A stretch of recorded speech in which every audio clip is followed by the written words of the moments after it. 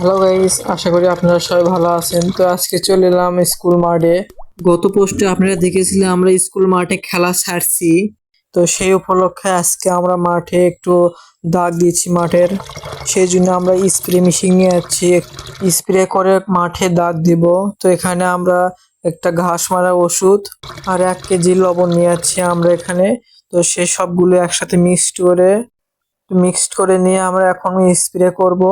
তো এই তো আমরা স্প্রে করতেছি। তো এখানে আমরা দড়ি ব্যবহার করে তার উপর দিয়ে ঘাস মারা ওষুধ দিচ্ছি যাতে সমান হয় দাগটা দেখতে। তো এইভাবে আমার পুঁজিটা সাইডে আমরা দিয়ে দিলাম। তো এখানে স্কুলের ছেলেরা আমাদের সাহায্য করতেছিল। তো বড় ভাইরা এখানে দেখে দিচ্ছিল কোথায় কি করতে হবে। তো সেটা দেখে তারা দেখে দেখে করতেছিল। তো এইভাবে আমার প্রতিটা সাইডে আমরা দাগ দিলাম সুন্দরভাবে। তো স্কুলে ছোট বাচ্চারা অনেকেই দেখতে যাচ্ছে যে এখানে কি হচ্ছে।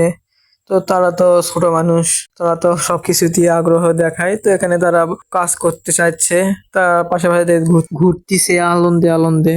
বড় ভাইরা যা বলতিছে তো সেটা তারা করে দিচ্ছে। তো এতে ছোট বাচ্চারা খেলতিছে বল দিয়ে। যেহেতু গত শুক্রবার থেকে খেলাটি শুরু হওয়ার কথা আছে, সেই জন্য আমরা তাড়াতাড়ি করে সব কাজ কমপ্লিট করার চেষ্টা করতেছি মাঠের চতুর্পাশে দাগ দেওয়া হয়ে গেলে এখন আমরা ডিবক্সের দাগটা দিয়ে নিচ্ছি। মাঠে যেহেতু অনেক আগে দাগ দেওয়া হয়েছিল সেজন্য আমাদের দাগ বুঝতে একটু কষ্ট হচ্ছিল। সেজন্য আমরা দড়ির সাহায্যে মেপে মেপে দাগ দিচ্ছিলাম। আজকে আবহাওয়াটা অনেক ভালো ছিল দেখে আমরা কাজ করতে পারছিলাম, কিন্তু অনেক রোদ ছিল। সব দাগ দেওয়া হয়ে গেলে এখন আমরা মাঠের মাঝখানে বড় এই গোল দাগটা দিচ্ছিলাম। এই গোল দাগটা অনেক বড় হওয়ার কারণে আমাদের একটু সমস্যা হয়েছিল, তাও আমরা করতে পারছি।